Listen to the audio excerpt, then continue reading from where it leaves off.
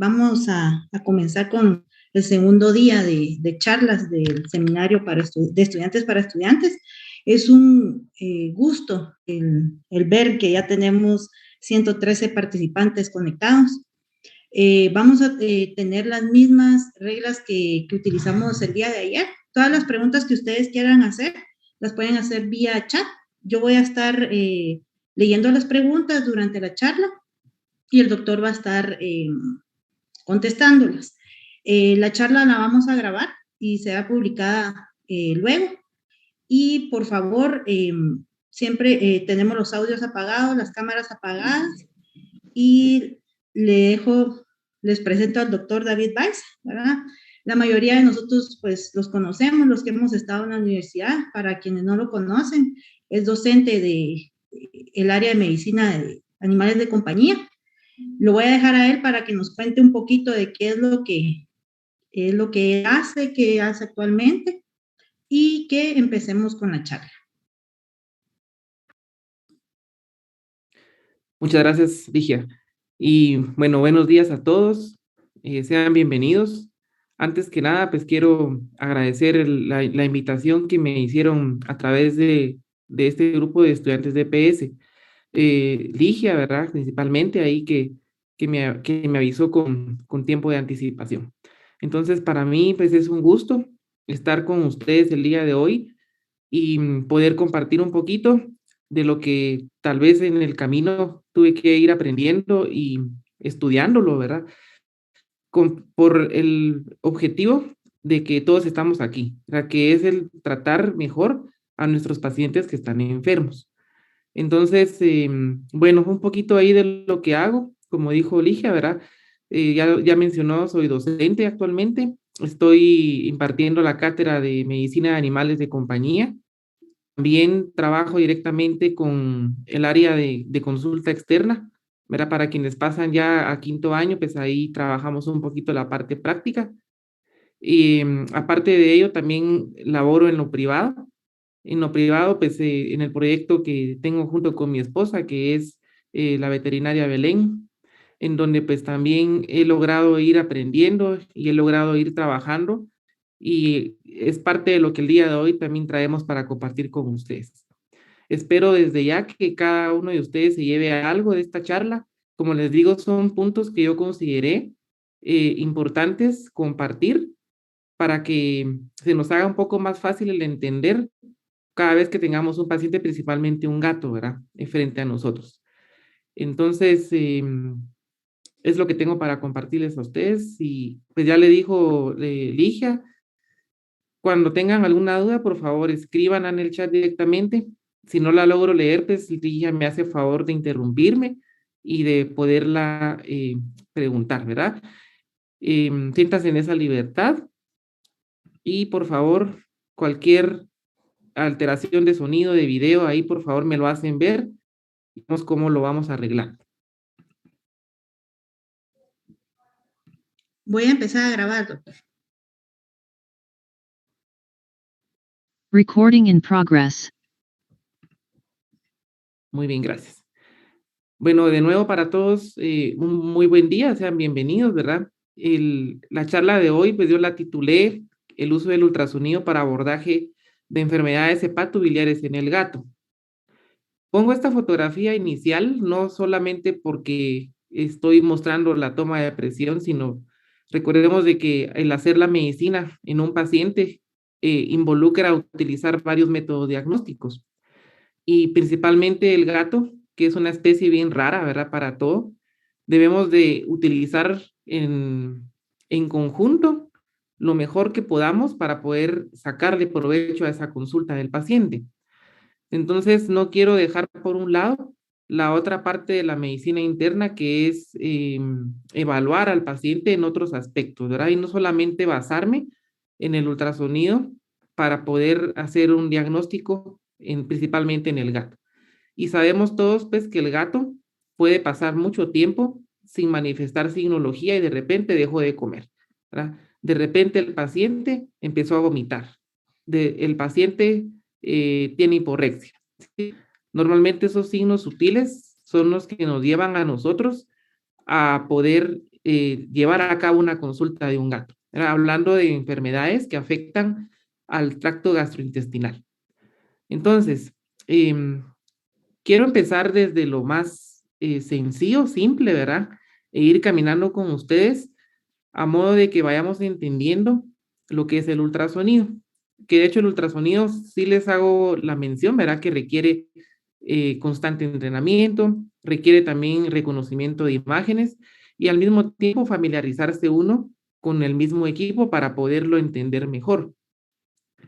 Entonces, ¿qué percibo yo el día de hoy para que ustedes se queden y se lleven a su casa y lo puedan poner en práctica, tanto si hay colegas como futuros colegas?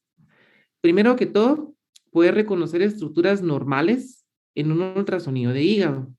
Voy a tratar de ir de a poco, hablar un poco desde el parénquima, voy a tocar un poco la vesícula biliar y asimismo voy a tocar las vías biliares, hablando vías biliares específicamente del conducto cístico y del ducto biliar común. Entonces, a partir de ahí, yo quiero que comprendamos qué es normal, ¿sí? Para después entender qué es anormal, qué estructuras pueden estar alteradas, involucradas, qué estructuras yo voy a buscar en el ultrasonido, ¿verdad? Y poder reconocer esas alteraciones. Eso me va a llevar a mí entonces a poderme guiar en alguna de las enfermedades más comunes que pueden afectar a los felinos. Hago la observación desde ya que es una frase que nos recarga mucho nuestro profesor de imágenes, ¿verdad? Que un ultrasonido no hace diagnóstico histopatológico. Esto lo menciono porque uno puede inferir, uno no puede asegurar, ¿verdad? Que realmente el cambio que uno va a ver en la imagen corresponde a cierta patología. Pero sí nos da señales de que ese es el camino que podemos ir tomando. Obviamente, por último, quiero tomar un par de maniobras, era que realmente no son difíciles, para poder nosotros ponerle nombre y apellido a esas enfermedades que van a estar afectando a, en este caso, al sistema hepatobiliar en el felino. Sí, entonces espero yo que estos tres objetivos los logre cumplir durante el desarrollo de esta charla. Cuando nosotros justificamos un ultrasonido en un felino, es porque principalmente vamos a tener alguna de estas alteraciones o la mayoría de estas, ¿verdad? Un gato que deja de comer, un gato que come poco, un gato que, por ejemplo, dejó de comer lo habitual, ¿verdad? Un gato que vomita, podría agregarle aquí también un gato que tiene diarrea, un gato letárgico, ¿verdad? Y sobre todo, aquel gato, aquel felino que puede presentar alteración de las enzimas hepáticas, ¿verdad? Esos son pacientes que por lo general pasan a la evaluación a través de un ultrasonido. Y podría agregar aquí también aquel paciente que puede ser referido, ¿verdad? Les comparto, en el área donde yo laboro, pues en el sector, ¿verdad? Donde yo laboro, yo colaboro con colegas que en algunas ocasiones me hacen referencia de pacientes para poder trabajar esta parte que vamos a hablar el día de hoy. Entonces, también esa es otra indicación que puedo agregar acá, el paciente referido. Solo voy a ir viendo preguntas a ver si hay, perdón, el chat, a ver si hay preguntas. Vamos bien ahorita. Todavía no hay preguntas, doctor. No, gracias, gracias. Entonces, consideraciones, solo para ir tomando en cuenta esto, previo a meterme ya al área de ultrasonido, ¿sí? Estos pacientes por lo general deben de mantener un ayuno. Acordémonos también que pueden venir sin comer, eso también puede facilitar en este caso el estudio del paciente, ¿verdad? Pero si vamos a solicitarle un ayuno, al menos en un gato, unas 4 horas, ¿verdad? 4 horas de ayuno creo que es suficiente para poder pasarlo a ultrasonido. Tomar en cuenta, por favor, que esta maniobra puede requerir pseudoanalgesia, incluso anestesia. ¿Por qué? Recuérdense que tenemos que mantener al paciente en una posición que nos permita a nosotros poder tomar correctas imágenes. Y muchas veces con el paciente inquieto, esto se torna difícil. Tomemos en cuenta también que estos pacientes pueden requerir maniobras como punciones, punción en el parénquima hepático o punción también directamente en la vesícula biliar. Por tal razón, consideremos que estos pacientes van a requerir algún manejo de drogas, ¿verdad? ¿Qué podemos utilizar? Les comparto en mi experiencia y que por lo menos es lo que yo utilizo cada vez que necesito poner bajo anestesia a un paciente como estos. Como pseudoanalgesia, pues podríamos utilizar combinaciones como acepromacina con tramadol. Esta es una combinación bastante sinérgica que le puede proveer al paciente, aparte de garantizar un nivel de analgesia, provee de sedación. Y recuérdense que la sedación es más o menos ver al paciente adormecido. Si lo queremos comparar, esta pseudoanalgesia como que les comparto puede tener un mismo nivel que un alfa-2 adrenérgico.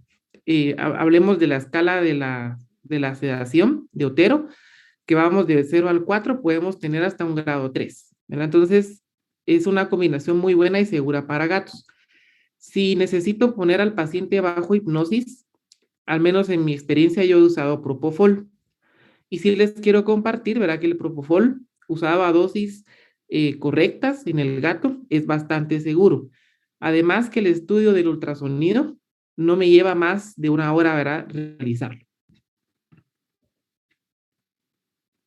Sí, Lucrecia, perfecto, ¿verdad? Pueden arañar y mueren feo, ¿verdad? Sí, ¿verdad? Y recuérdense que también lo que dice Lucrecia, tomando en cuenta que las manos son prácticamente nuestra herramienta y no podemos permitir que nosotros tengamos algún altercado acá. Hago la observación que todos estos pacientes que pasan a anestesia por evaluación de las vías biliares tienen alguna alteración que ya los clasifica fácilmente como un paciente ASA2 para arriba, ¿sí? Entonces, no está de más decirles que estos pacientes entran a un estudio bajo un consentimiento informado. También algunos gatos pueden ser manejables con Feliway, ¿verdad? Si el gato realmente no tiene una clínica tan mala, podríamos intentar manejarlo con hormonas. Algunos permiten, ¿verdad? Preparación para el escaneo, como cualquier área a trabajar estéril, ¿verdad? Deberíamos de preparar. En algunas ocasiones se les hago la observación, lo hago sin rasurar al paciente, solamente una maniobra inmediata y si puedo hacer la punción, la hago, ¿verdad? Entonces van a ver algunas fotografías ahí en donde puede que no haga el rasurado del paciente. Doctor César Castellanos nos pregunta, bueno, le dice, buenos días, doctor, una consulta en ultrasonidos programados, ¿recomendaría el uso de gabapentina o trazadona para facilitar el manejo? Gracias por la pregunta, César, es una buena pregunta. De hecho, yo he tenido un poquito de experiencia con la trazodona, pero les voy a ser bien honesto, no me da un plano en este caso, de sedación, ¿verdad? O de manejo que el paciente me permita facilitarlo. Puede ser que el paciente llegue un poquito excitado, pero no me garantiza a mí poderlo posicionar de cúbito lateral o incluso de cúbito ventral para poder hacer la maniobra. Tome en cuenta que si el paciente llega con algún grado de estrés, sí va a necesitar pasar al uso de hipnóticos. Entonces, en mi experiencia con la trazodona he tenido resultados no tan buenos, ¿verdad? La gabapentina para programación de ultrasonido realmente no la he usado, ¿sí? Solamente con trazodona. Pero gracias por la pregunta, César. Muy bien, y por supuesto una vía permeable, ¿verdad? Son pacientes que pasan vienen en ayuno, recuérdense que también uno debe de controlar todas estas alteraciones fisiológicas que uno va a provocar al paciente, hipotensión, vasodilatación, el paciente viene en ayuno, entonces también nosotros cuidemos a ese paciente garantizándole fluidos intravenosos. Cuando hablamos de transductores en ultrasonido, ¿verdad? Al menos para poder abordar al paciente pequeño, podemos utilizar tanto un microconvexo como un lineal.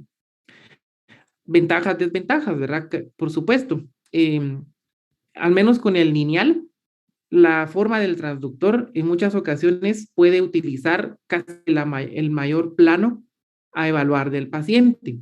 Esto quiere decir que muchas veces este transductor puede ser tan grande que no me va a permitir a mí poder hacer un barrido del órgano como yo quisiera, que es el de preferencia, claro que sí, ¿verdad? Pero podemos trabajar perfectamente con un transductor microconvexo. De hecho, ese es el que yo utilizo para poder evaluar a mis pacientes.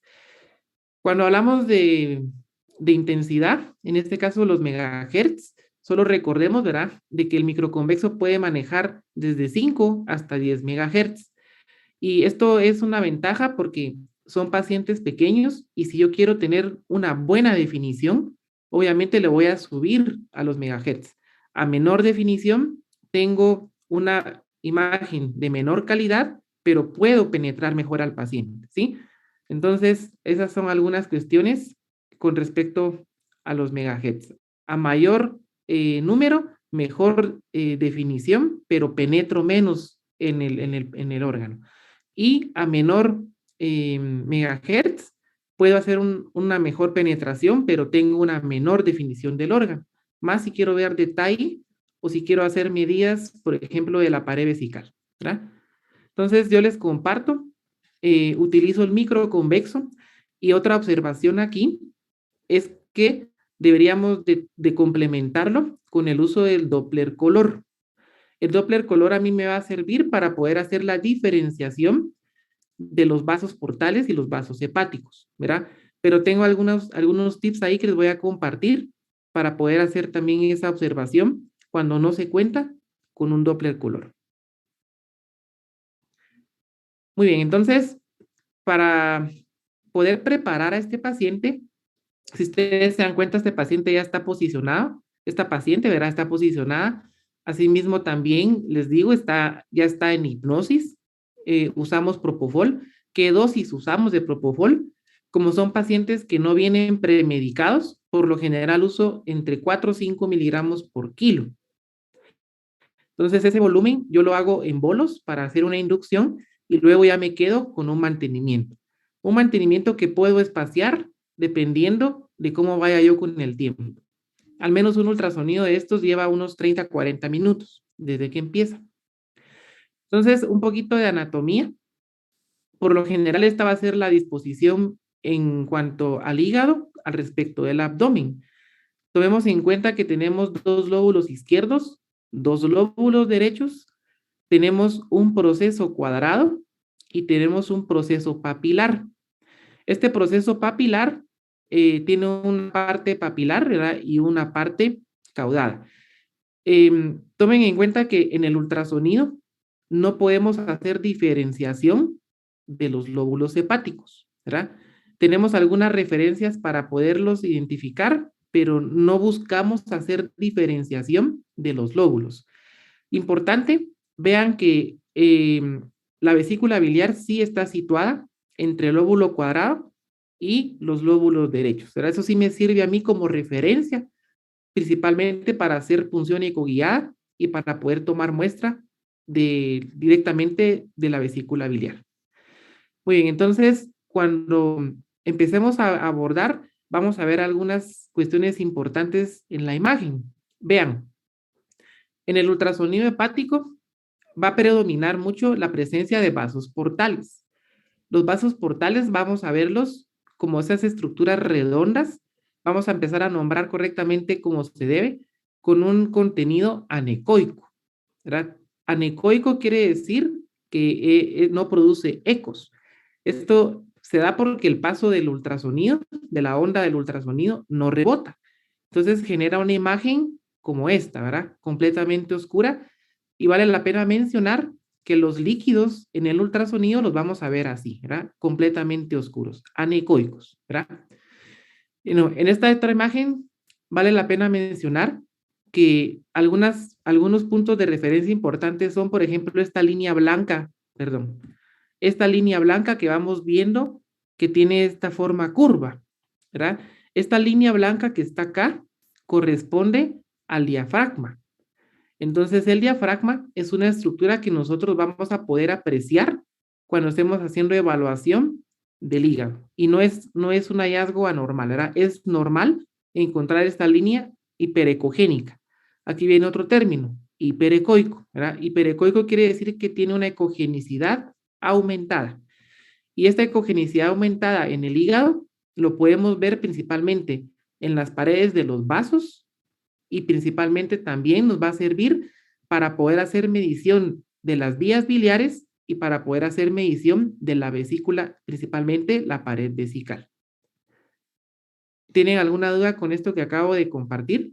¿O algún comentario? Por favor, sin pena ahí lo escriben. Si no quedó claro algo, también por favor.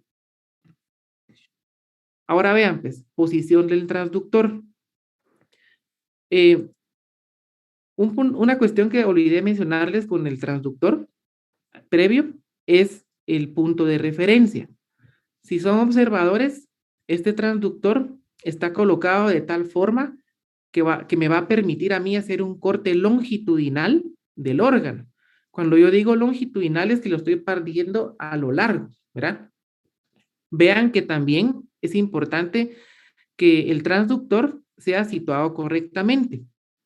En este punto, ustedes pueden observar sobre la cabeza del transductor una pequeña muesca, ese pequeño punto.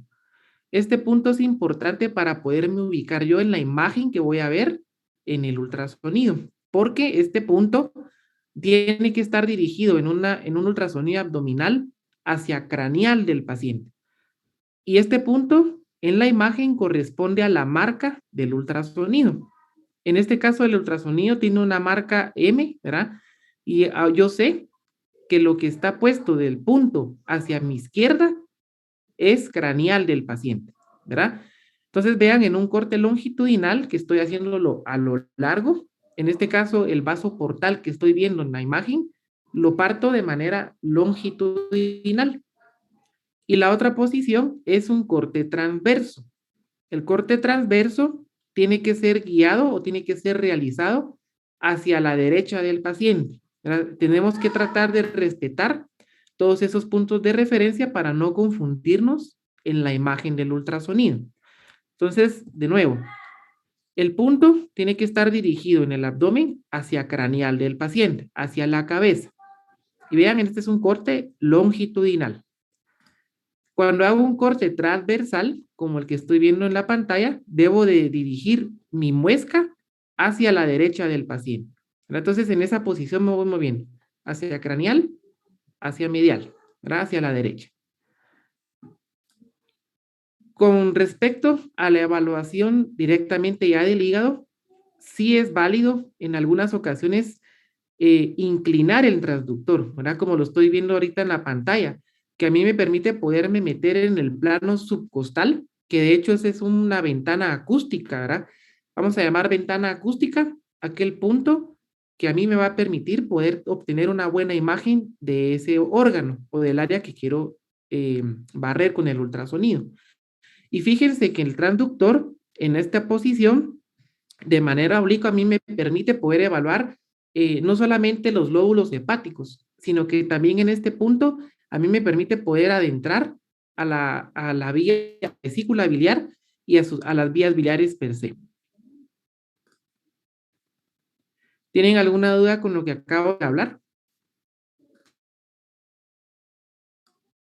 ¿Algún comentario o algo, verdad? Para no ir así corriendo No con hay esto. preguntas por el momento, doctor. Vale, muy bien. Muchas gracias. Espero que vayamos entendiendo esto, ¿sí? Bueno, entonces, ¿qué es lo que yo empiezo a hacer cuando empiezo a revisar el ultrasonido de un paciente? Principalmente el hígado, ¿verdad? Debo de ver algunos puntos importantes. Primero, una ecogenicidad uniforme. Cuando yo hablo de ecogenicidad, yo debo de tratar de calibrar correctamente los grises, ¿verdad? En este caso, el gris del ultrasonido depende de la marca, ¿verdad? En algunos ultrasonidos tiene una rueda que permite a mí poder graduar esos grises. Y vean lo importante que es poder tener una buena imagen para no confundirse uno en lo que estoy viendo del órgano. Por lo general, el parénquima hepático tiene una ecogenicidad similar o igual, ¿verdad? Por eso pongo la imagen aquí a la derecha a la corteza renal. Ese es un órgano en el cual yo debo comparar la ecogenicidad de mi órgano para poder determinar si puede estar hiperecogénico o puede estar hipoecoico, ¿verdad? Cada una de estas ecogenicidades puede tener un diferencial, ¿verdad? Entonces, importante siempre comparar, principalmente con el riñón derecho, ¿verdad? El riñón derecho está situado en la fosa renal, en el lóbulo lateral derecho, y la imagen para obtenerla pues, es relativamente sencilla. Entonces, si se dan cuenta, la ecogenicidad que tengo en este hígado es muy similar a la corteza renal. Hablando un poquito de ultrasonido de riñón, vamos a tener que el riñón tiene corteza, tiene médula. Entonces, yo comparo la ecogenicidad del lóbulo con la corteza renal y debe tener una misma ecogenicidad.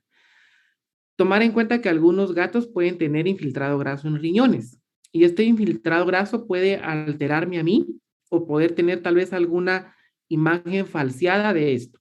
Y para ello, pues puedo complementar la imagen comparándolo con la ecogenicidad del vaso. Entonces puedo hacerlo con el hígado, con el vaso o lo puedo hacer con el riñón. Otro aspecto importante que debo evaluar es el tamaño, ¿sí? El tamaño, existen algunos puntos importantes para valorar, en este caso, la hepatomegalia. Ya los vamos a tocar en un ratito, ¿sí?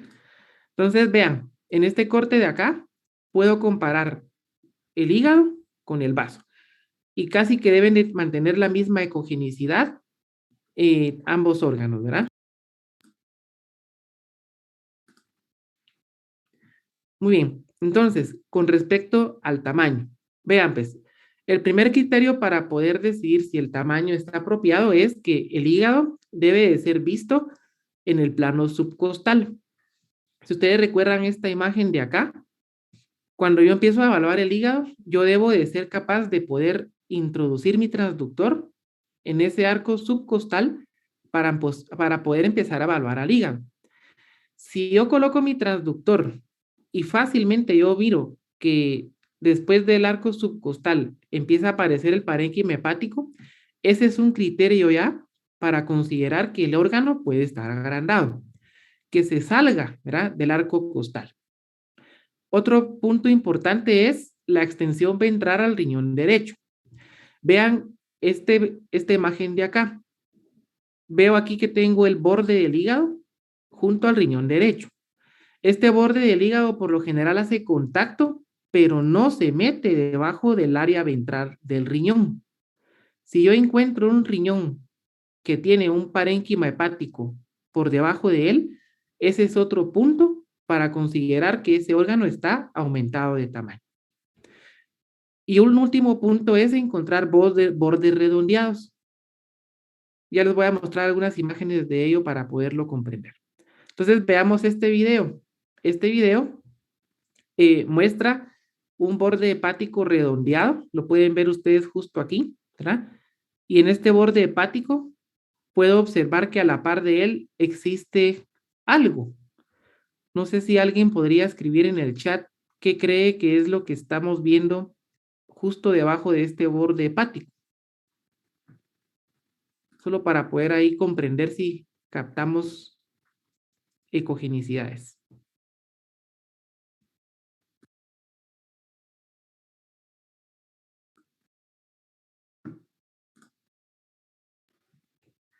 Muy bien. Adrián Manuel dice líquido. Mirna Fernández dice vesícula. Yasmín Cian dice vesícula biliar. Pablo Salazar dice vesícula. Muy bien. Tal vez ahorita por cuestiones de que estamos arrancando, vamos a tener diferenciales muy generales, ¿verdad? Tal vez no decir vesícula, más bien fíjense en el aspecto, en el eco que genera esta imagen, que realmente no lo produce. Es anecoico completamente, entonces solamente decir que es líquido, ¿verdad? Y estamos viendo que este borde hepático que está redondeado, que es un borde, ¿verdad? Fácilmente podríamos decir que es líquido libre. Es un paciente que tiene efusión abdominal Y esta efusión abdominal se debe principalmente porque hay hepatomegalia, pero también vamos a hablar de aquellas enfermedades que generan inflamación, por ejemplo, pancreatitis. Una pancreatitis genera tanta inflamación en el paciente, en el abdomen, que puede generar trasudado, puede generar edema, ¿verdad? Lodo biliar, dice también por aquí Lucía, ¿sí? Entonces, de momento quedémonos con que es fluido, ¿sí? Ya voy a hablar un poquito de vesícula biliar y lodo biliar y todo esto que viene, ¿sí? Entonces, hablando de tamaño, vean, este es otro criterio para considerar entonces que un órgano, o en este caso el hígado, puede estar agrandado. Si juntamos uno de estos tres criterios, lo damos como esplenomegalia y podemos clasificarlo como leve, moderado o incluso severo si están presentes los tres. Vean este corte. Esta es una imagen en donde ustedes pueden apreciar cómo ese lóbulo hepático prácticamente ya se está introduciendo por debajo del riñón derecho, ¿verdad? Entonces, son criterios, como les hago mención, para considerar que el órgano puede tener aumento de tamaño. Entonces, comparemos esta imagen con esta otra. Ahora vean aquí el borde del hígado se ubica principalmente en la parte dorsal del riñón derecho, ¿verdad? Y no toca ni siquiera la parte craneal del riñón. A comparación de este, ahora miren cómo este borde hepático ya se está introduciendo hacia el borde craneal, incluso puede buscar parte del borde ventral del órgano.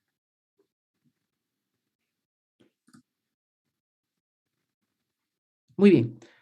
Entonces, ya hablamos un poquito de ecogenicidad, ¿verdad? La ecogenicidad puede estar aumentada o puede estar disminuida. Por favor, tomemos en cuenta, ¿verdad? Que muchas de las enfermedades que generan aumento en la ecogenicidad hepática, del parénquima hepático, perdón, son aquellas enfermedades que pueden causar inflamación y principalmente en orden, ¿verdad? De aparecimiento, la lipidosis hepática puede generar un cambio ecográfico en el parénquima, tornándolo hiperecogénico, ¿verdad? Principalmente aquellos gatos que tienden a ser de una condición obesa o rellenos y que han dejado de comer, seguramente esos pacientes pueden tener ecogenicidad aumentada en el parénquima, ¿verdad? Entonces, lipidosis hepática es una enfermedad que por lo general puede generar aumento en la ecogenicidad. Enfermedades inflamatorias, por ejemplo, colangitis, colangiohepatitis, por supuesto, ¿verdad? Estas también pueden generar un aumento en la ecogenicidad.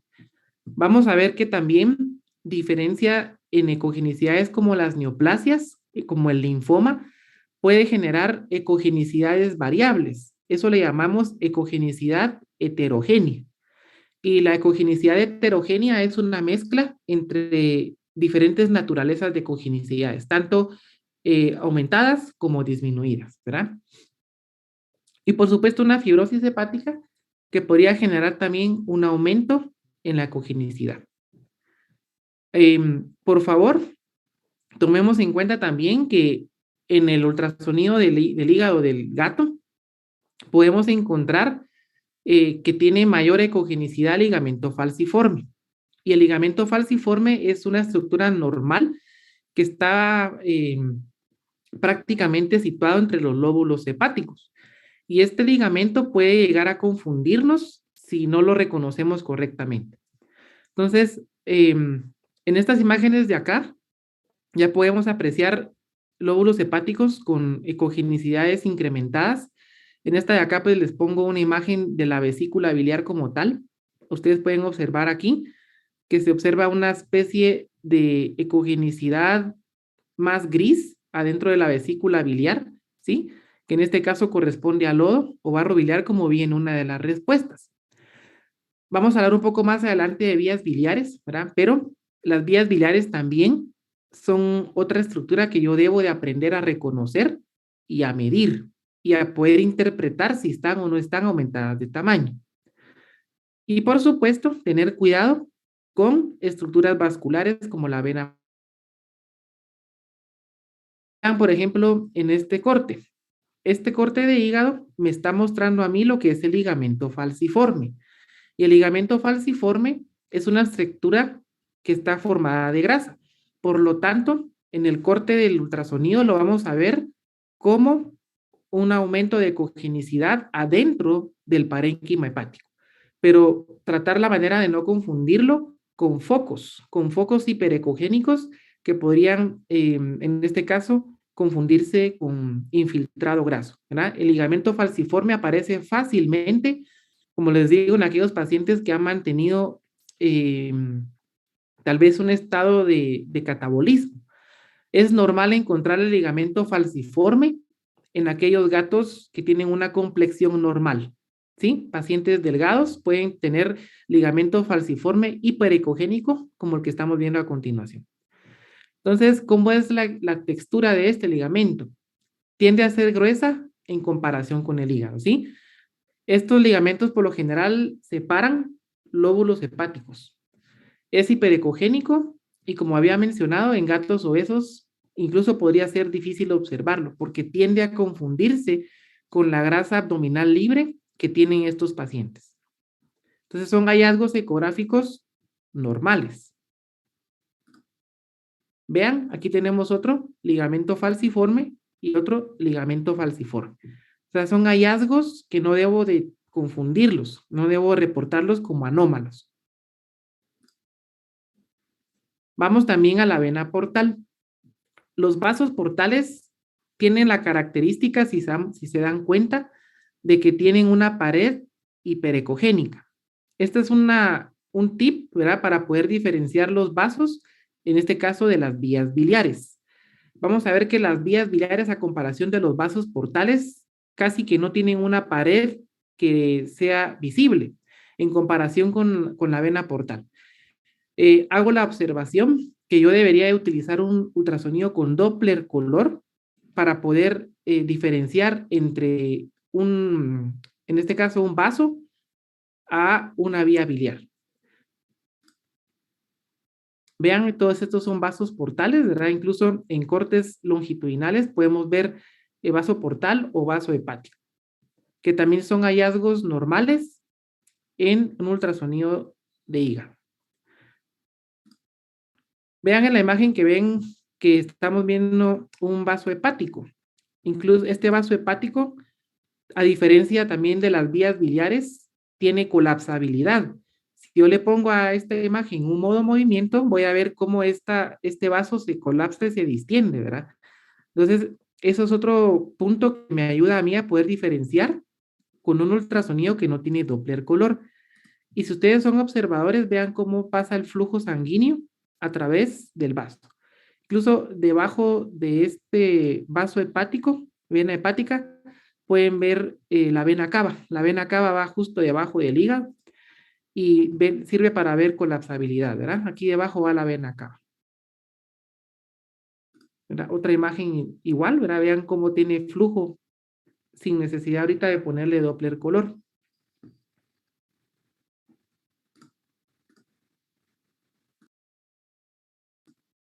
Bien, vamos bien hasta ahorita. ¿Alguna duda? ¿Algún comentario? Por el momento no, doctor. Sigamos, pues. Hallazgos anormales. Ya aquí empiezo a ver alteraciones que no son normales en el parénquima hepático. Y tal vez quisiera ver si alguien me participa por ahí, que le llama la atención de la imagen que ven en el lado izquierdo. Recuérdense que el parénquima hepático, lo voy a volver a poner, el parénquima hepático debe ser isoecoico, ¿verdad? Debe mantener una ecogenicidad uniforme cuando uno hace un barrido de la imagen, ¿verdad? Y si vamos viendo esta imagen que les pongo acá, vemos algo anormal. Podríamos tal vez hacer alguna descripción o poder tener algunos presuntivos de la imagen. Tal vez ahí sí podemos interactuar un poco.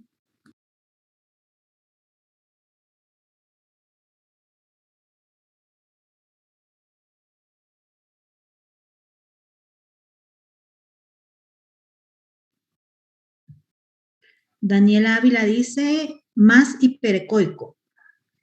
Alexander Pusey dice heterogenicidad, como pregunta. Muy bien, ambos tienen razón, ¿verdad? De hecho, se ven puntos hiperecogénicos y se ven puntos hipoecoicos, ¿verdad? Y como dice Alexander, aquí hay heterogenicidad. O sea, hay mezcla de dos naturalezas ecogénicas, tanto hipo como hiper, ¿sí? Y por lo general, este tipo de ecogenicidades en el parénquima hepático no son normales. Y si se dan cuenta, tiene forma nodular focal, ¿verdad? Este es otro punto importante, que son hallazgos en el parénquima que me orientan a mí a poder tener diferenciales.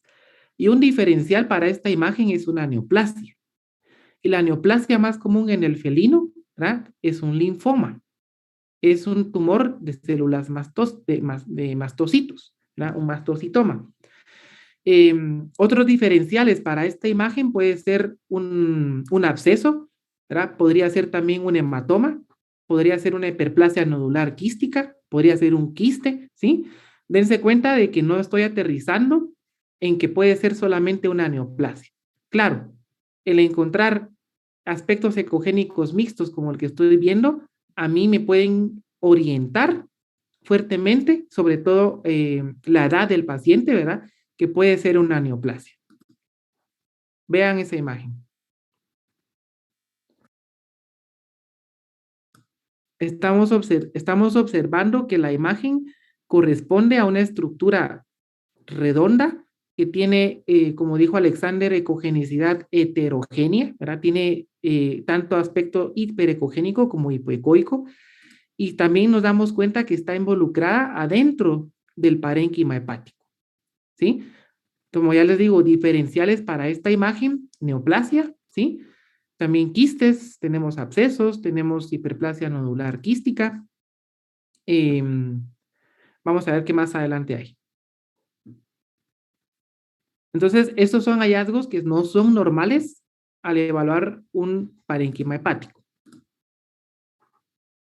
Muy bien, entonces, como dijo Alexander, hallazgos heterogéneos, ¿verdad? Vean cómo se mezcla la imagen de ser isoecoico a empezar a tener una ecogenicidad heterogénea, mixta, ¿sí? Entonces, diferenciales. Tenemos aquellas neoplasias que pueden provenir del hepatocito. Tenemos neoplasias que provienen tanto de los hepatocitos como del epitelio biliar, ¿verdad? De hecho, otro diferencial para las neoplasias es el cistoadenoma, linfoma y mastocitoma, que son de las neoplasias tal vez más comunes que pueden presentarse en el felino. Y también agrego aquí otros diferenciales como abscesos, granulomas, hematomas, que deberíamos de considerar en el caso de encontrar una ecogenicidad como la vista en pantalla.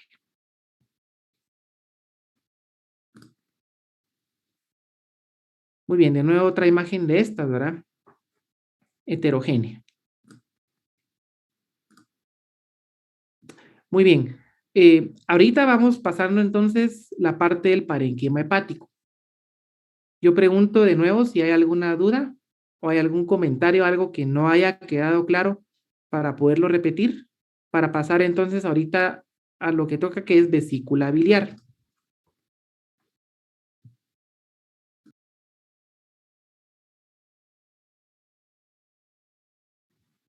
Por el momento no tenemos duda.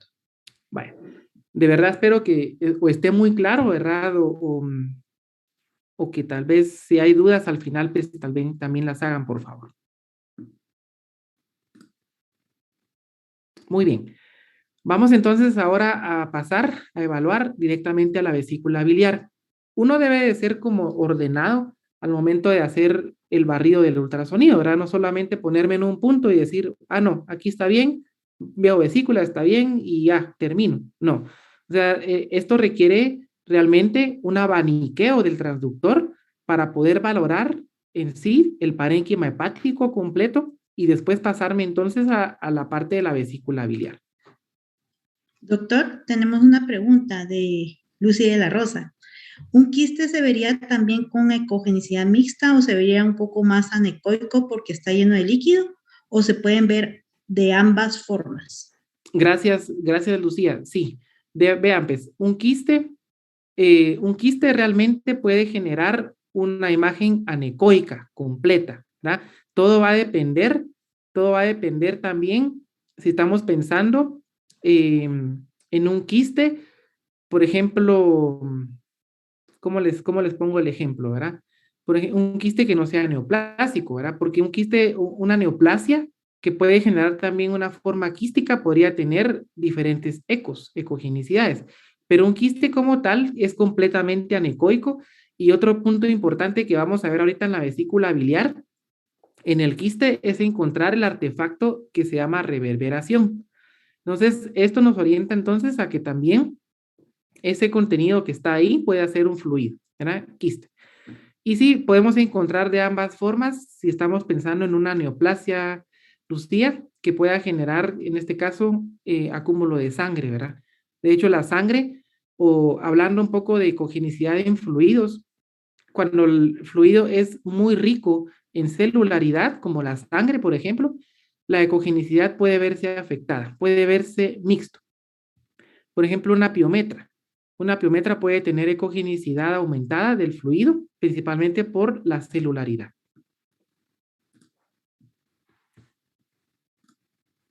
A usted, Lucy, gracias por la pregunta, ¿verdad? Muy buena pregunta también. Muy bien, entonces pasemos ahorita a vesícula biliar. Vean, la vesícula biliar está situada en una posición en el gato que es fácil de encontrar a comparación del perro, ¿sí? De hecho, en el perro cuesta un poco más porque en el perro uno debería introducirse debajo del arco costal o en otro punto verlo transcostal o intercostal, ¿verdad? Eso quiere decir que pongo al paciente de lado para poder ver el lado derecho y poderme meter entre las costillas y poder apreciar a la vesícula biliar. Entonces, importante, la vesícula biliar tiene la siguiente anatomía. Está conformada por la bolsa, ¿verdad? Que es el reservorio de la bilis, converge en un cuello, que es el conducto cístico, para pasar luego al conducto biliar común. Muy importante en el gato, porque a diferencia del perro, el gato tiene este ducto biliar común que se anastomosa con el ducto pancreático. Y la mayoría de los gatos tienen unión del ducto pancreático con el ducto biliar común que desembocan en el duodeno. ¿Por qué es importante esto? Porque muchas enfermedades inflamatorias que pueden provocar congestión, pueden provocar en este caso éstasis o pueden provocar un paro en la salida de la bilis, también directamente puede afectar a la salida del jugo pancreático o viceversa. Una enfermedad pancreática que pueda ocluir por inflamación, donde converge el ducto pancreático y el ducto biliar, puede provocar que exista una congestión e inflamación de lo que es el ducto biliar, ¿sí? Y generar entonces una colangitis, una colangiohepatitis, ¿verdad? Derivada de una inflamación extrahepática. Hago la observación porque cuando uno evalúa vías biliares, no solamente me enfoco en ver el hígado y las vías biliares del paciente, debo de ver también anexos, en este caso extradigestivos que me puedan estar provocando congestión extrahepática, como es el páncreas. Lucrecia Morales comenta, doctor, siempre quise saber en dónde está el órgano a evaluar para colocar el transductor y hacer el barrido. Gracias, Lucrecia, por su comentario. Dígame sin pena, ¿verdad? Si quedó claro cómo poderme posicionar para poder, si es necesario, repetirlo, ¿verdad? Yo trato la manera ahorita de poder empezar desde lo más simple para que aprendamos hasta eso, ¿verdad? Cómo colocar correctamente el transductor. Gracias por el comentario, Lucrecia. Bien, entonces, ya hablamos un poquito de estas diferencias y por favor, en gatos que mantienen las clínicas que yo mencioné al principio, evaluemos, tratemos de buscar el páncreas, tratemos de buscar ese órgano porque muchas veces es la causa de por qué este paciente puede tener afección hepatobiliar. Con gusto, Lucrecia, con mucho gusto. Sí, entonces diferencias, como les mencioné, el gato se anastomosa el ducto biliar común con el ducto pancreático, hacen uno solo, y por lo tanto es más fácil que este ducto pancreático y biliar se ocluya, se obstruya, se inflame, ¿sí? A comparación del perro, el perro realmente puede tolerar una, por así llamarlo, puede tolerar una afección pancreática porque tiene una accesoria, una salida accesoria, ¿verdad? En la papila duodenal menor. En el gato no, en el gato solo la papila duodenal mayor es la que me sirve para poder drenar ambos fluidos, ambas secreciones. Habiendo dicho esto, entonces, me trato la manera de imaginar ahorita cómo voy a hacer yo la búsqueda de la vesícula biliar.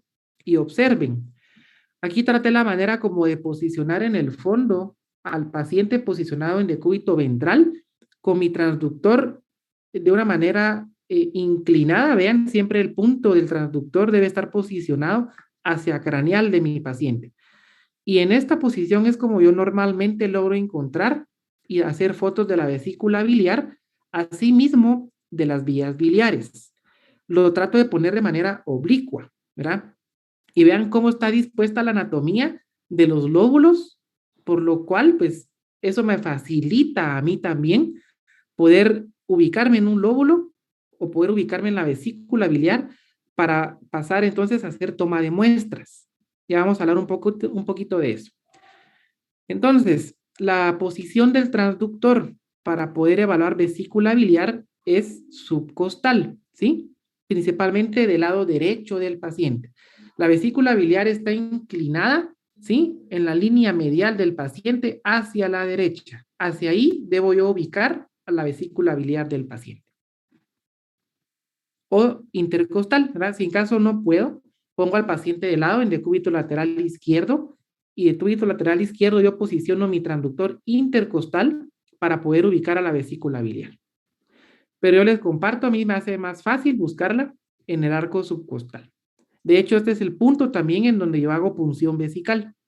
Subcostal. No, perdón, sí, subcostal. Ahora bien, vean pues. Esta imagen yo la tomé principalmente porque ahora quiero que se imaginen cómo internamente puedo yo encontrar a la vesícula biliar en conjunto con su conducto cístico, así como todas las vías biliares. Esta es la disposición, ¿verdad? Para poder comprender mejor la imagen que yo voy a ver en el ultrasonido. Doctor, tenemos una pregunta de César Barrera. ¿Qué profundidad utiliza para una mejor imagen? Gracias, César, por la pregunta. La profundidad depende del tamaño del abdomen del gato, ¿verdad? Esa es otra cuestión importante que olvidé mencionar y gracias por el comentario, la pregunta para César, porque eso va a depender de mi foco, ¿verdad? Ahí yo le doy el foco al ultrasonido. Entonces, otra cosa que olvidé mencionar, respondiendo a la pregunta de César, es que yo debo de ubicar el foco del ultrasonido, si se dan cuenta ustedes, en esta imagen de acá, la flecha que tengo del lado derecho es el foco. Ese foco me sirve a mí para poder ubicarme hacia dónde quiero proyectar yo el eco y mejorar la imagen del ultrasonido. Entonces, yo ubico ese foco a la necesidad de la profundidad que yo quiero evaluar. Si yo quiero ver vesícula biliar, perdón, mi foco debería de ir ubicado en el área donde está la vesícula biliar. ¿Sí? Y solo quiero ver alguna otra imagen de acá. Me voy a adelantar un poco en las imágenes para poder responderle la pregunta a César. Vean, por ejemplo, acá. Aquí el foco me da una distancia, ¿verdad? Si no estoy mal, esta distancia es en centímetros, ¿sí?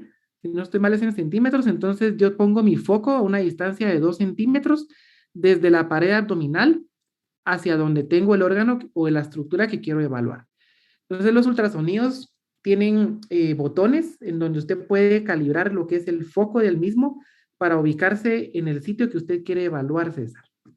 Y obviamente la frecuencia del mismo la puedo variar si yo quiero una calidad de imagen superior, ¿verdad? Para poder ver detalle podría subirle a la frecuencia hasta 6, hasta 8, depende del transductor que esté utilizando. No sé si respondí su pregunta.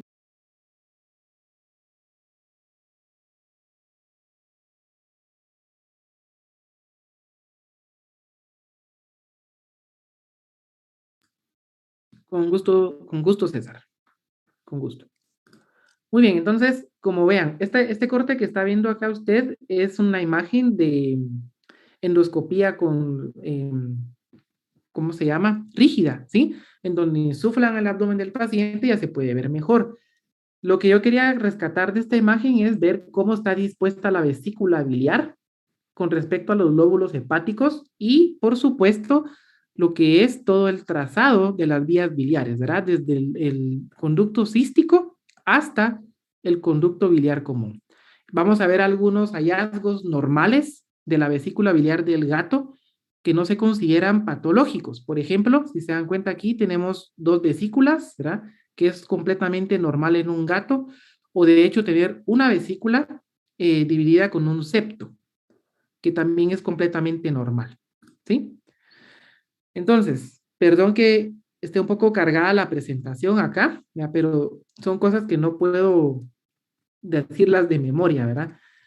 Hallazgos en vesícula biliar. Por ejemplo, una vesícula bilobulada. Tenemos 2 grados, de primero y de segundo, ¿verdad? En la primera la diferencia es que comparte un conducto cístico, hay un septo, ¿verdad? Y en la segunda es que hay 2 cavidades separadas que se unen en el cuello, hasta abajo. Esto sí es importante, miren, que son criterios que debemos de tomar cada vez que hacemos un barrido de la vesícula biliar.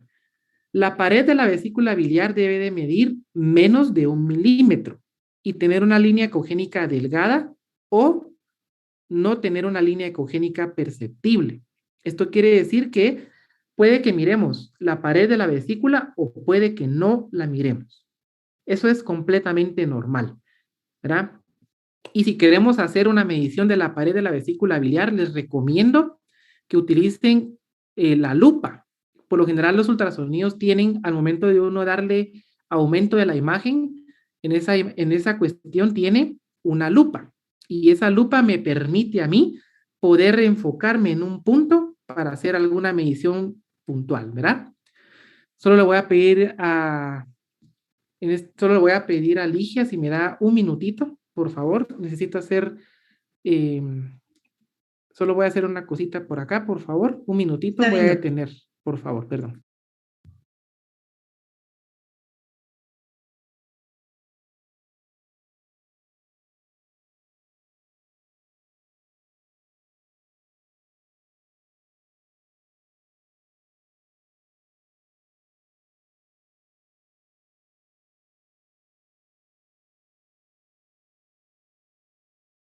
En lo que regresa el doctor, al final de la charla vamos a estar enviando el link para que ustedes puedan recibir su diploma. Entonces no se vayan a desconectar para que puedan llenar todos los datos y les vamos a hacer llegar su diploma.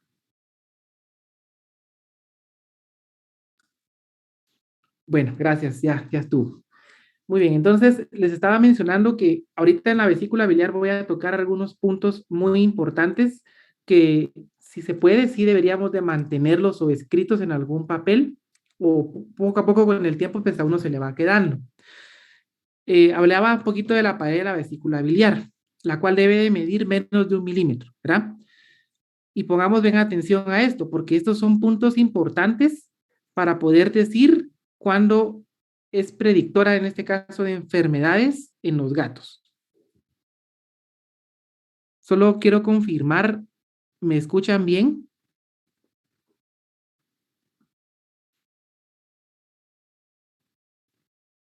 Recording stopped.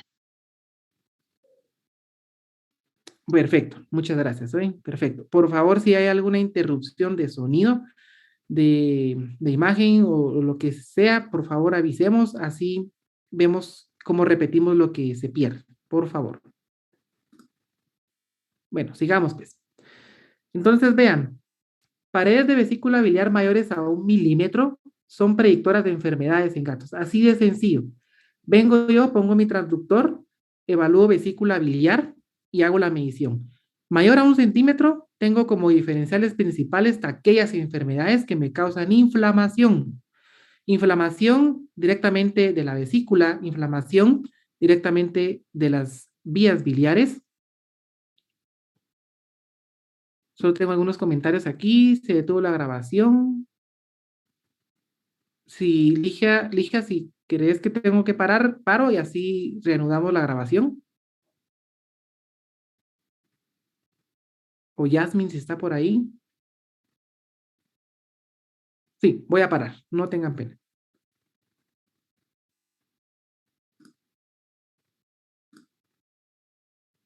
Vale, solucionemos lo de la grabación, no hay ningún problema. Aquí estamos, mientras se logra eso, si gustan, dense ahí un su descanso, tomen algo, ¿verdad? O alguna cosita en lo que hagamos grabación.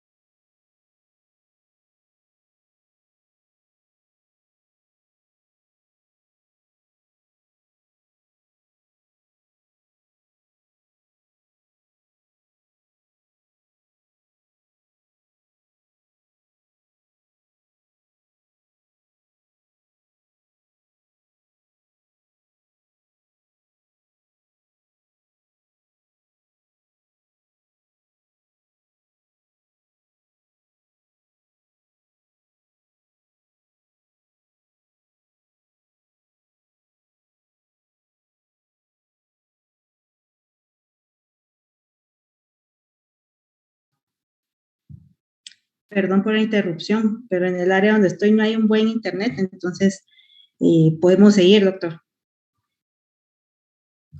No hay problema, solo van a grabar todavía. Sí, doctor. Recording in progress.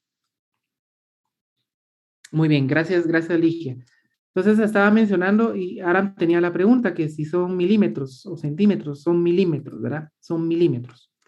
Bien, entonces, la pared de la vesícula biliar mayor a 1 milímetro es automáticamente predictora de enfermedades en gatos.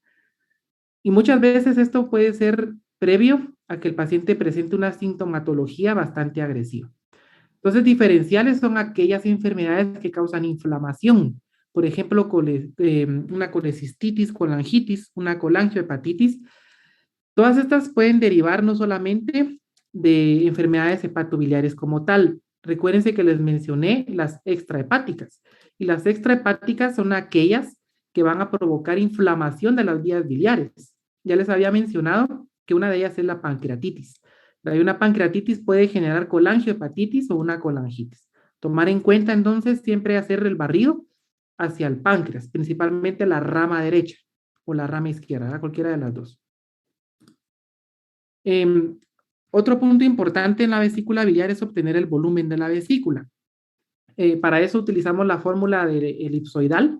La fórmula elipsoidal es una fórmula en cual me mide, déjenme recordar, la longitud por la altura por el ancho, ¿verdad? Muchos ultrasonidos tienen la función de hacer la medición directamente del volumen, ¿verdad? Hay función para volumen, pero de lo contrario, la fórmula que uno puede utilizar es este número que es constante, lo voy a escribir en la pantalla.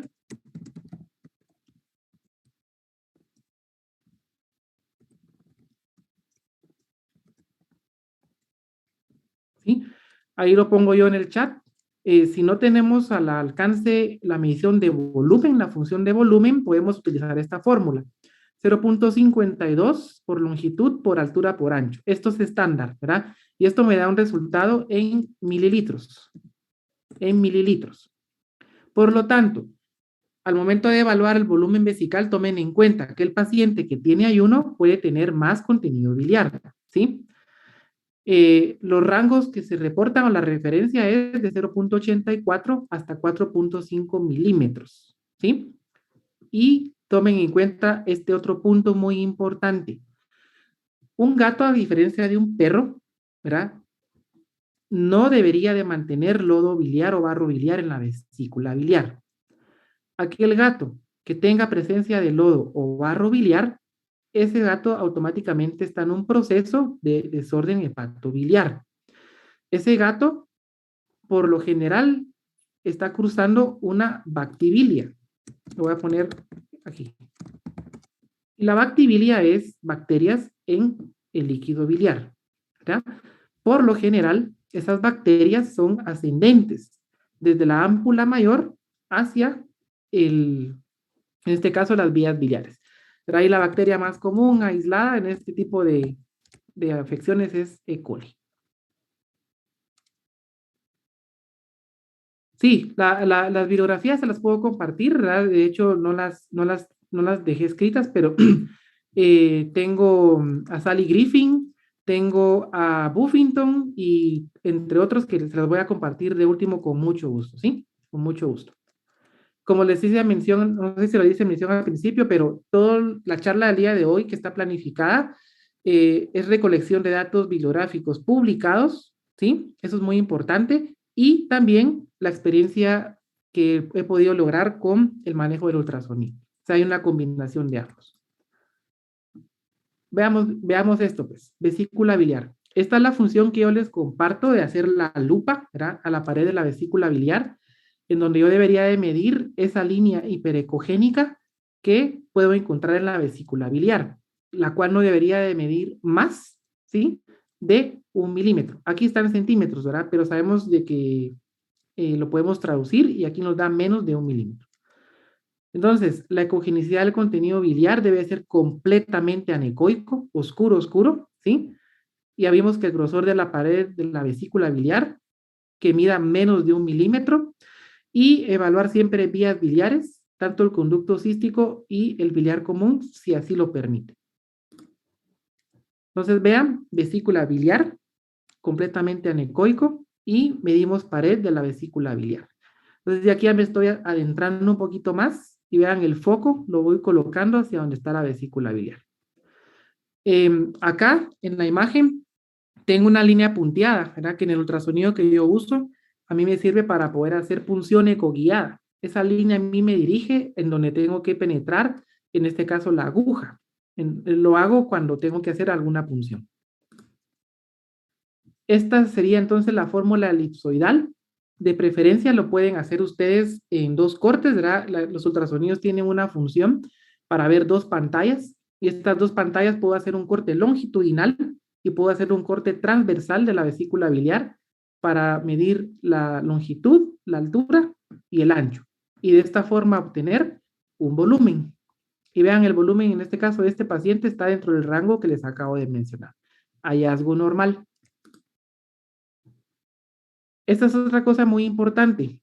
El gato puede tener una vesícula biliar bilobulada, que es completamente normal. ¿Verdad? Eso no le afecta nada al felino. Son hallazgos incidentales. Vean, por ejemplo, acá tengo en el corte de la izquierda, que es el mismo paciente, ¿verdad? Cenizo, tengo una vesícula biliar dividida por un septo. Me da una imagen anecoica en la parte superior y una imagen anecoica en la parte inferior. Son hallazgos incidentales que tal vez 1 de cada 10 gatos o 2 de cada 10 gatos lo pueden tener.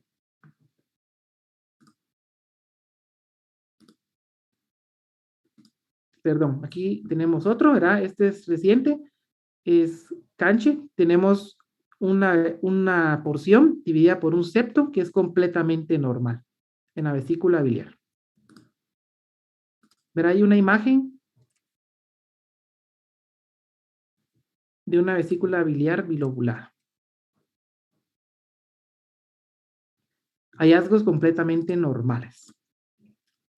¿Qué es anormal? ¿Sí? Primero, grosor de pared de la vesícula biliar, que esté inflamada, ¿verdad? Edema, hiperplasia, ¿verdad? Y un linfoma por lo general me va a dar un grosor de pared por encima de los 14 milímetros.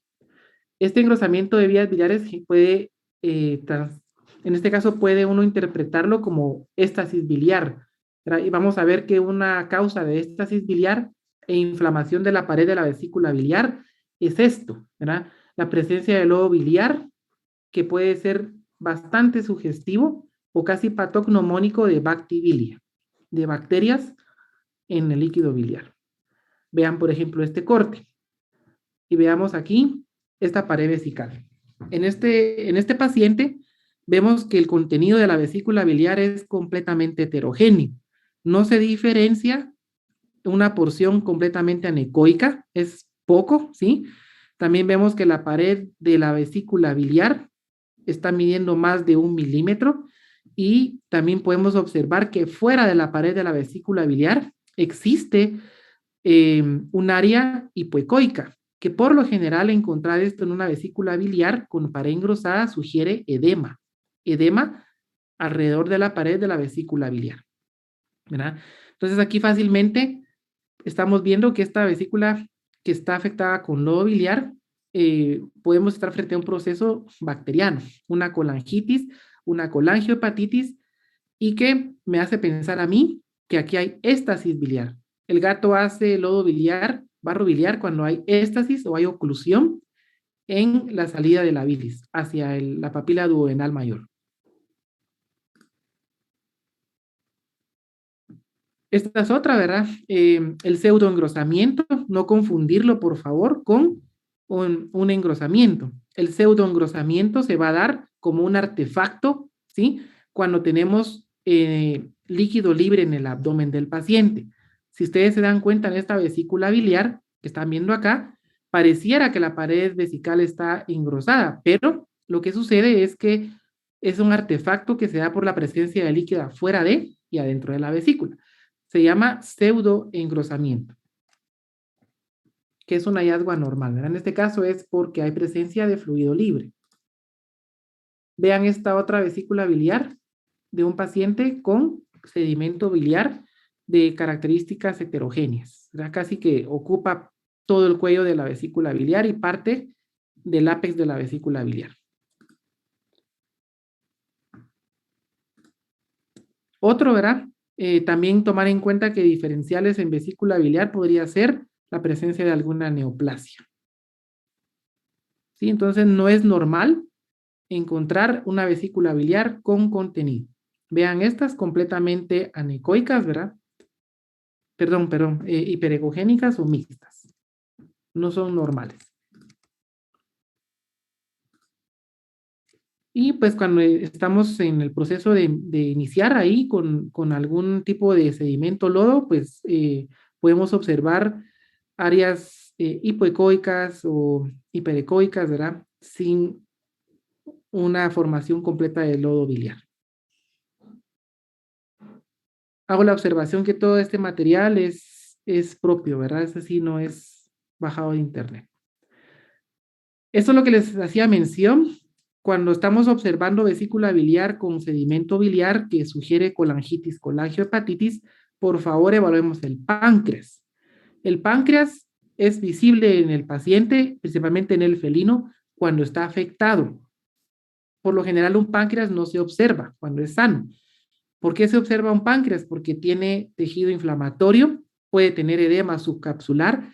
Otro punto importante es que hay dilatación del ducto pancreático, ¿sí? Y el paciente por lo general puede tener un grado de dolor intolerable al momento de hacer la palpación. Siempre evaluemos al páncreas, porque así como en este paciente, vean, hay hallazgos de inflamación pancreática.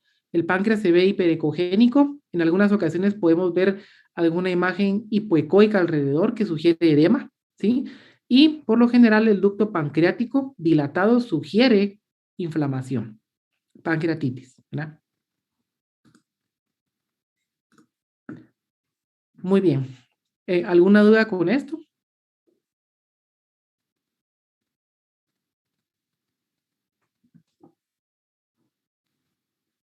Aún no hay duda, doctor.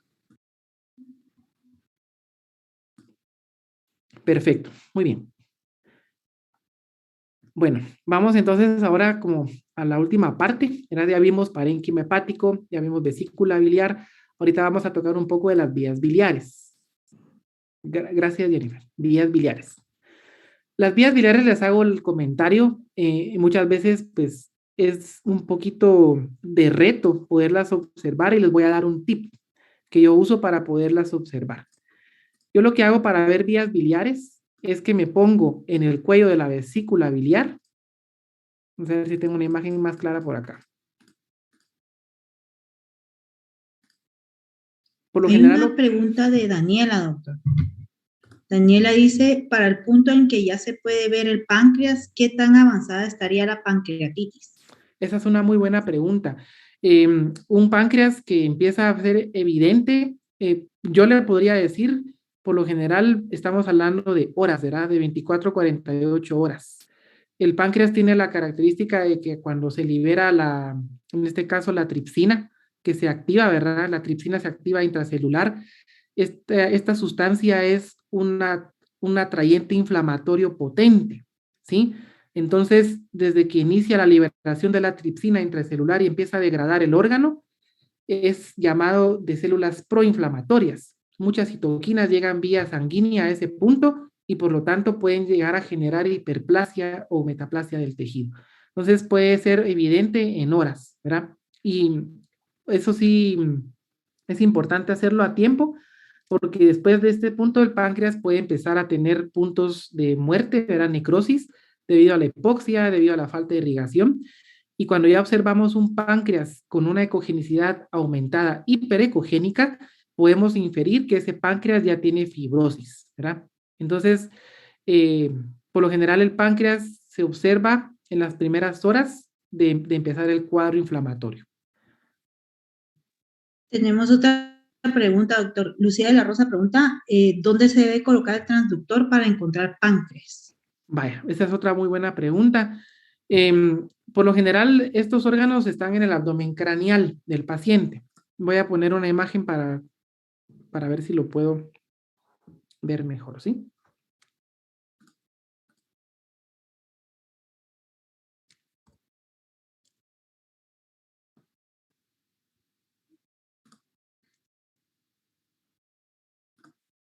Usemos esta imagen de acá.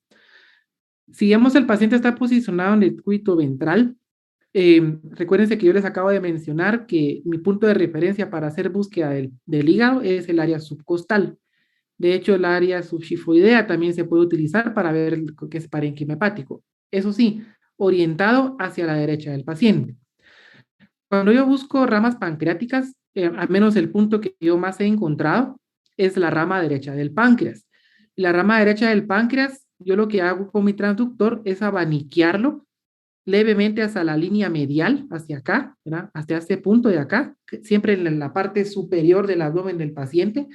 Y en este punto empiezo a encontrar o a buscar estructuras que me sugieran tejido pancreático, ¿sí? Un páncreas inflamado tiene la característica de ser hiperecogénico. Otra cuestión importante es que puede tener edema subcapsular, ¿verdad? El edema subcapsular es bien fácil de reconocer. Otro punto importante de un páncreas inflamado es que toda la grasa peripancreática puede tener necrosis. Hay necrosis de la grasa peripancreática. Y una grasa necrosada se puede observar hipoecoica, ¿sí? Entonces, esos son puntos de referencia para poder hacer la búsqueda del páncreas. Y el punto más importante es poder encontrar el ducto pancreático dilatado. Entonces, de nuevo, un punto de referencia es del área subcostal, dirigir el transductor levemente hacia medial del abdomen craneal del paciente. Yo no realmente no lo hago del lado izquierdo para hacer búsqueda de la rama, porque en teoría, ¿verdad? En teoría, la rama más afectada es la rama derecha, por la cercanía al área hepática. Espero que haya resuelto ahí su duda, Lucía.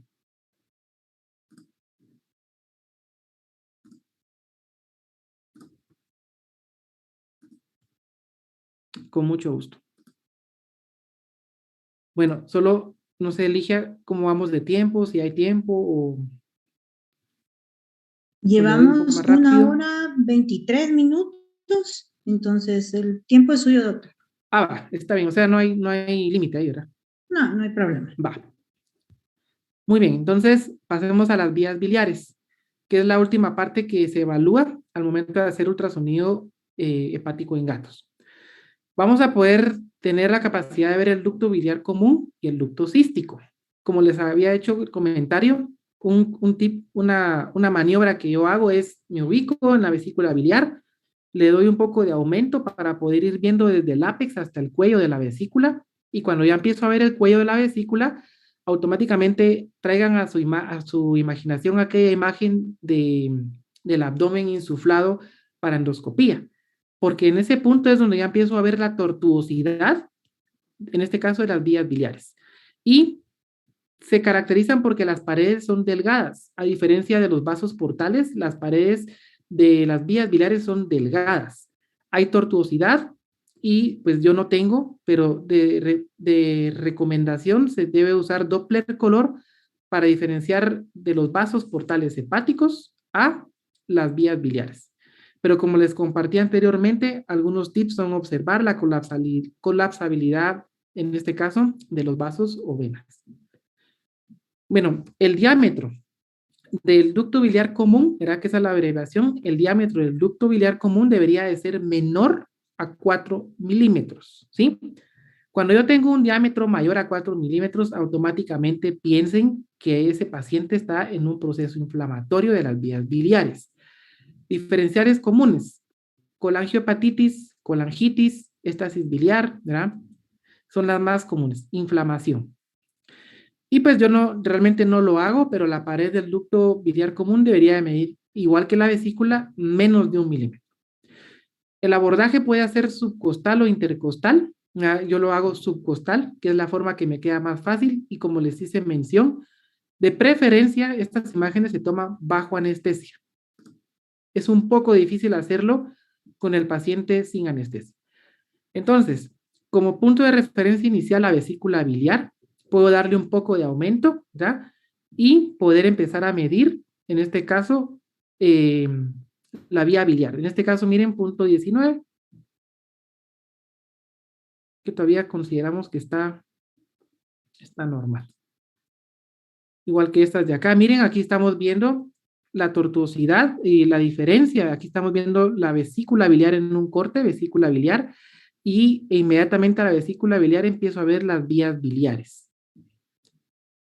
En ese punto hago yo la medición del mismo, ¿sí? Vesícula biliar de nuevo, y justo debajo empiezo a ver vías biliares. Puedo hacer aumento de las mismas. Vean la diferencia de paredes entre un vaso y la vía biliar. Por lo general, la vía biliar tiene debajo a la vena hepática, que se puede confundir. Entonces, yo les hago el comentario. Lo que a mí me sirve un montón es poder ver la colapsabilidad para diferenciar de la vía biliar y, en este caso, de la vena.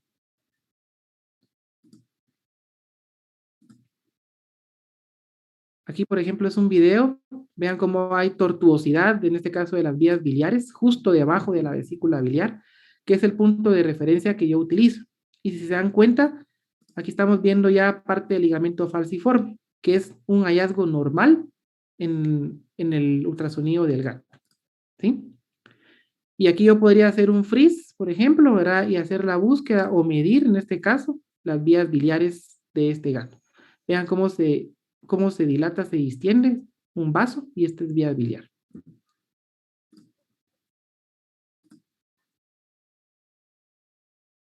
Muy bien, esta normalidad, pues aquí tal vez está un poco, la imagen es un poco difícil de entender, pero en esta vía biliar que estoy poniendo del lado derecho, que es la misma del lado izquierdo, observo cómo dentro de la vía biliar hay un material hiperecogénico, que es bien sugerente al lodo biliar.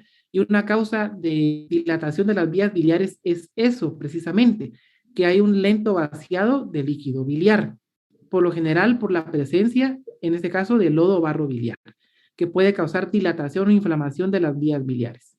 En este caso, miren, 0.89, 0.81, que es una vía biliar dilatada. Esta es otra, 0.60, ¿sí? Es otro paciente.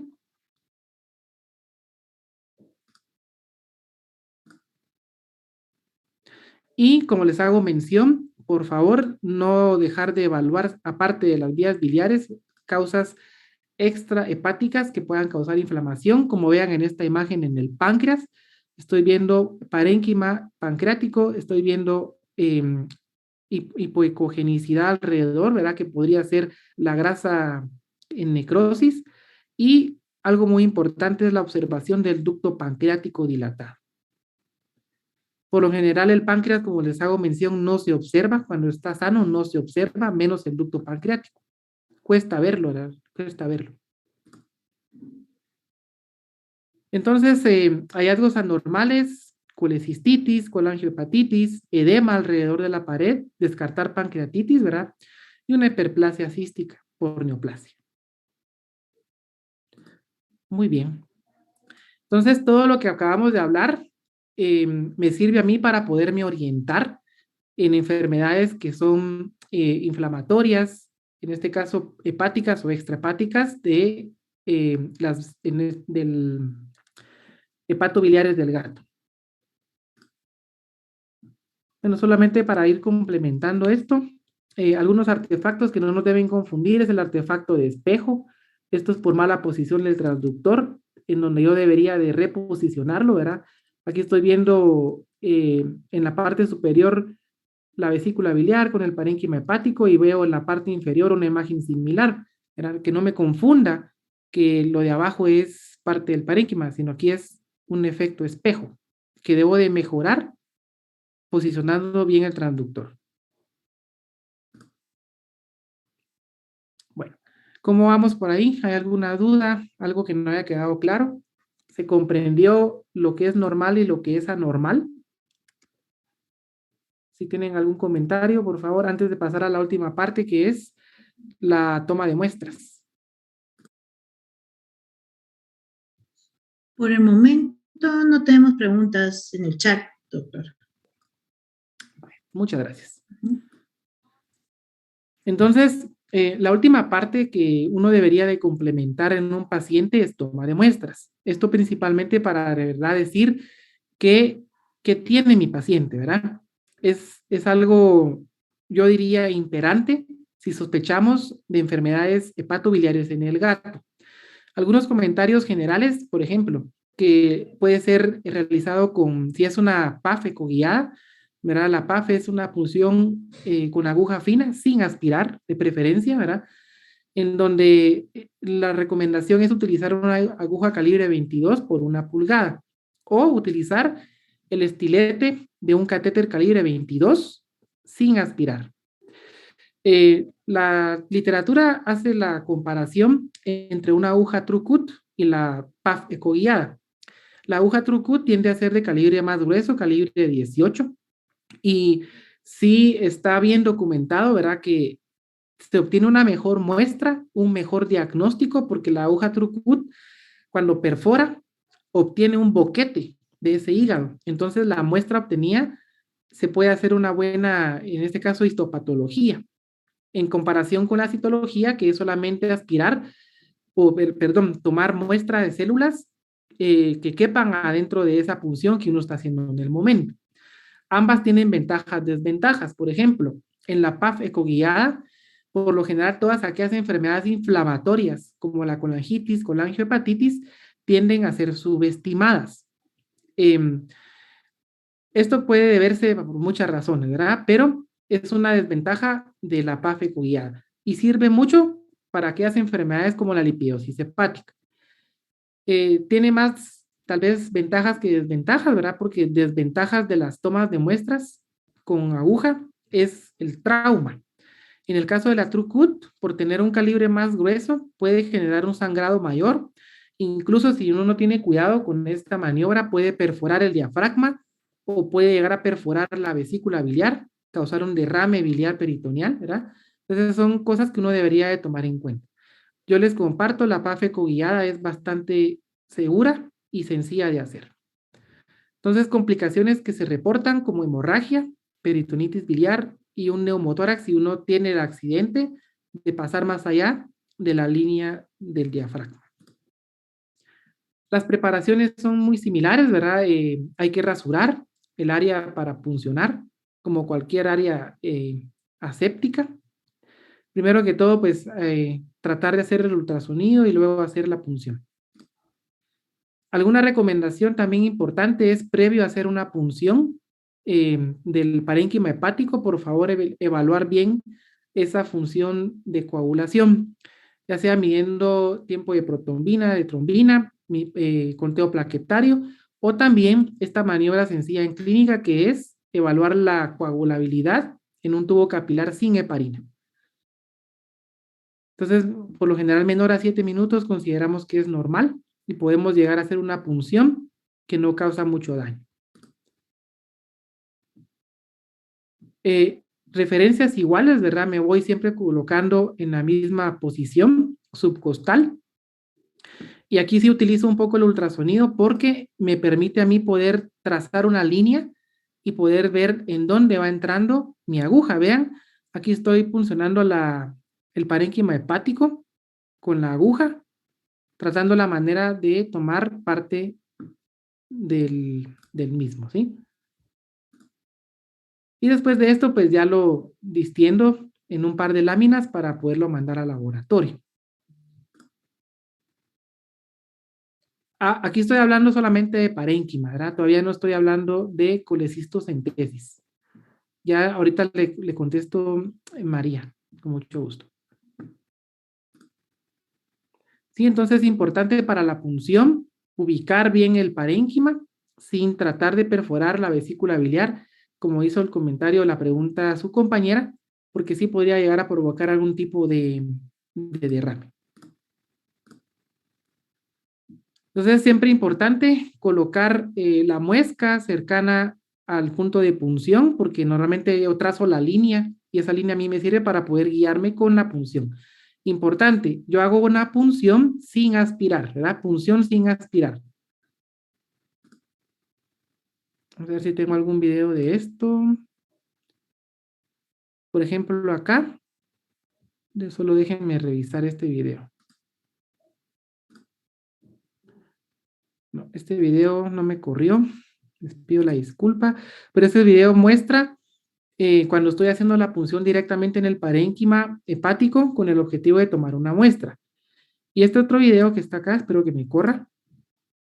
Este video ecoguiado también me sirve para poder puncionar directamente la vesícula biliar. Lo hago ecoguiado, es muy importante, ¿verdad? No lo puedo hacer a ciegas, como lo haría, por ejemplo, con la vejiga urinaria. Aquí sí necesito guiarme bien y de hecho no debe de penetrar la aguja en su totalidad. Si es de 1 pulgada, entra a la mitad. Vean, y a la mitad yo logro colectar la mayoría de contenido biliar. Es una maniobra que requiere un poquito de práctica. Al principio les digo, uno le pega a los vasos, le pega accidentalmente, obtiene sangre, ¿verdad? Pero con referencias bien marcadas uno puede obtener una buena muestra de vesícula. Y por favor siempre, al menos yo lo hago así, ecoguiado.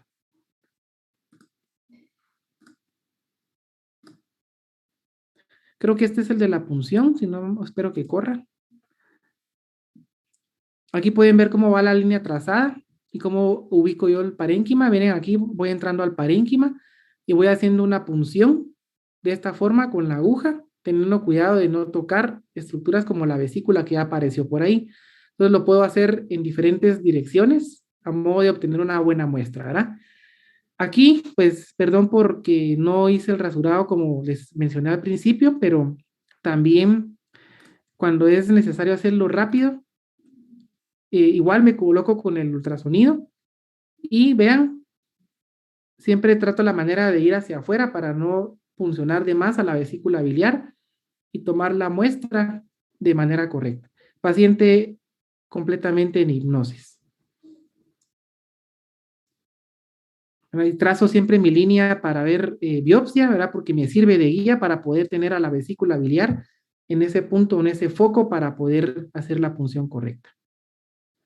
Y posteriormente a esto, pues las muestras se mandan para un cultivo en antibiograma, pidiendo tanto cultivo para gram positivos y gram negativos.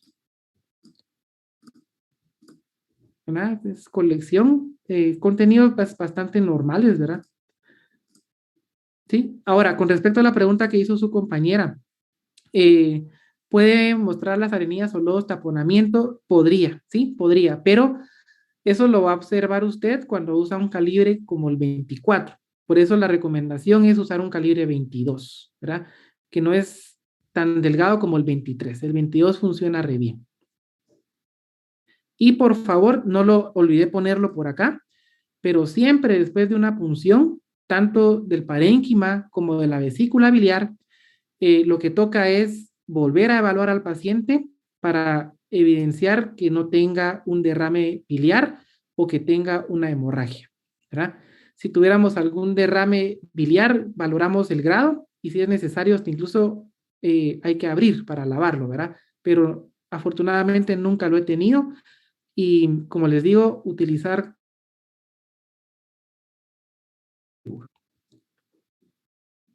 Muy bien, pues esto es lo que tenía para ustedes. Yo de verdad espero que parte de esto les vaya a servir y que en algún momento lo echen a andar en práctica.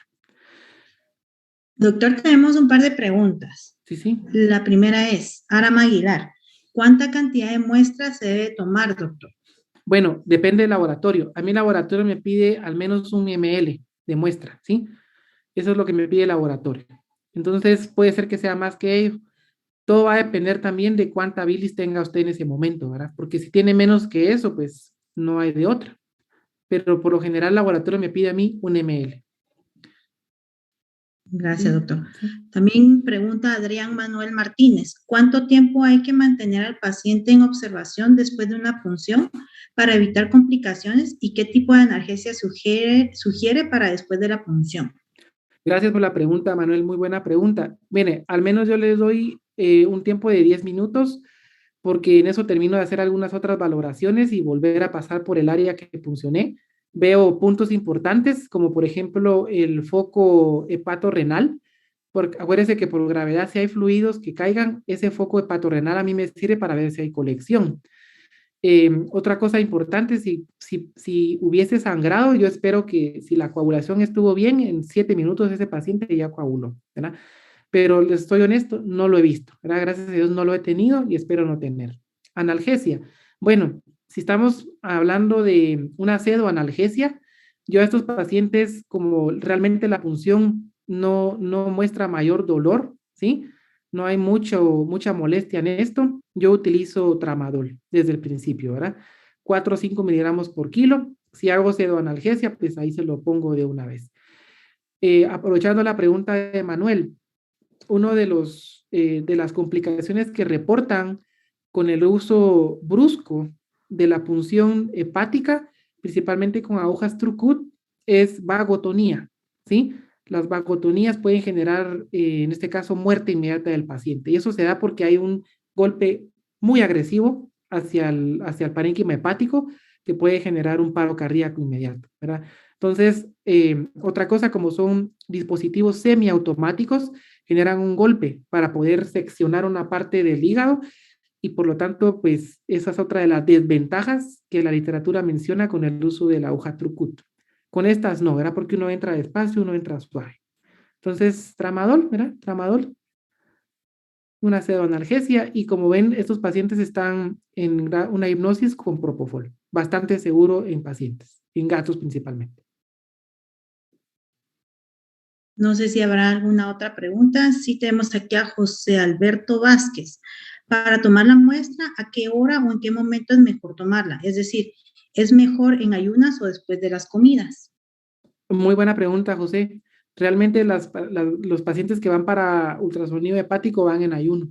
Entonces, la mayoría se han hecho sin alimento, ¿verdad? El alimento, en este caso, podría generar aumento del tamaño del estómago y acordémonos que cuando hay aumento o hay distensión estomacal, esto puede generar gas y realmente el gas es bien molesto porque se cruza con la imagen del ultrasonido y no permite trabajar fácilmente, ¿verdad? Entonces es preferible siempre en ayuno. Tenemos otra pregunta de Mónica Batres. Cuando combina tramadol con acepromacina para pseudoanalgesia, ¿qué dosis de acepromacina utiliza? Va, muy bien. Gracias por la pregunta, Mónica. La dosis recomendada es 0.01 miligramos por kilo, pero oigan bien, ¿verdad? Y este es un tip que les doy porque cuando uno tiende a veces a usar dosis así bien ajustadas, uno puede ver los efectos de los fármacos, más cuando hay sinergias, un poquito más exacerbados. Entonces, tal vez no es el mejor de los consejos, pero Yo lo que hago normalmente es cargar mi dosis de tramadol, que sí la calculo de acorde al peso. Y oigan, para la cipromacina lo que hago, en el caso de un gato, ¿sí? Yo con una aguja calibre 27 o 25, que es la que trae normalmente una jeringa de 1 ml, cuento de 2 a 3 gotas con ese calibre de aguja, 27-25. Y con esas 2, 3 gotas es suficiente para poder lograr un grado de sedación bastante aceptable, en el caso del gato. En el caso del perro se puede usar también, igual uso la misma cantidad de 2 a 3 gotas y lo hago con aguja 23 o aguja 22, depende del tamaño del paciente. Pero en el gato, de 2 a 3 gotas, y van a ver que la tinción de la mezcla va a quedar así bien ralito, ¿verdad? Un amarillo bien sutil, no tan amarillo intenso, ¿verdad? Si uno utiliza demasiada cipromacina puede llegar a provocar mucha vasodilatación y hipotensión. También tenemos Juan Morales pregunta, ¿los transductores son de frecuencia fija? En el caso del mi ultrasonido, no, Juan. Estos transductores son multifrecuencia, van desde 5 hasta 8.5, el que tiene usted en pantalla, hasta 8.5. Hasta 10 he visto, ¿verdad? Pero son microconvexos multifrecuencia. Y pues de preferencia hacer el microconvexo, porque cuando uno usa un convexo normal, a veces el transductor es tan grande que uno prácticamente está ocupando todo el abdomen craneal del paciente, ¿verdad? Entonces, de preferencia en gatos, microconvexos. No sé si alguien más tenga alguna pregunta, todavía tenemos tiempo para poder resolverlas. Si no es así, voy a detener la grabación. Recording stopped. Y voy a compartir mi pantalla, doctor. Perfecto, muy bien.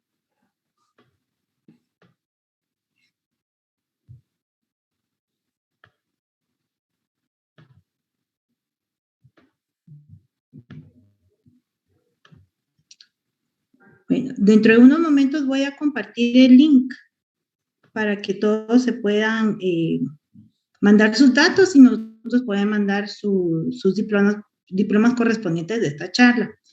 Asimismo, queremos agradecer de parte del grupo EPS el tiempo que nos brindó, doctor.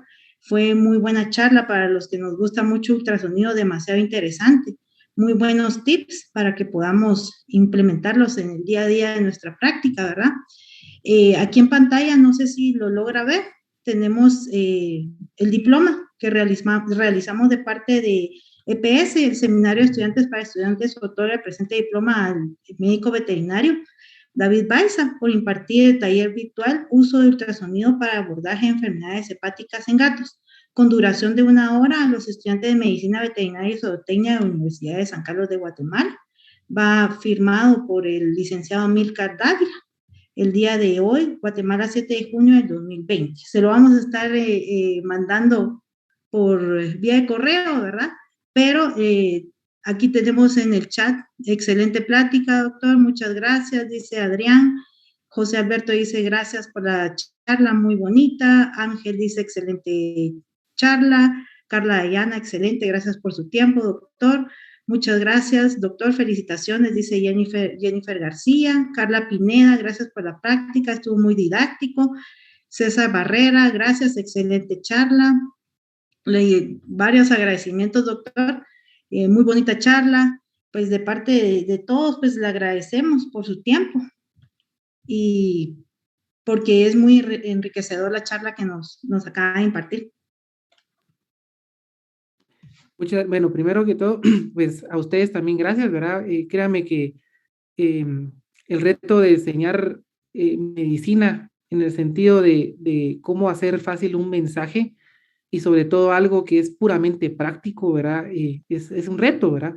Pero yo principalmente pues lo hago con el mejor de los gustos, ¿verdad? Y la mejor intención para ustedes.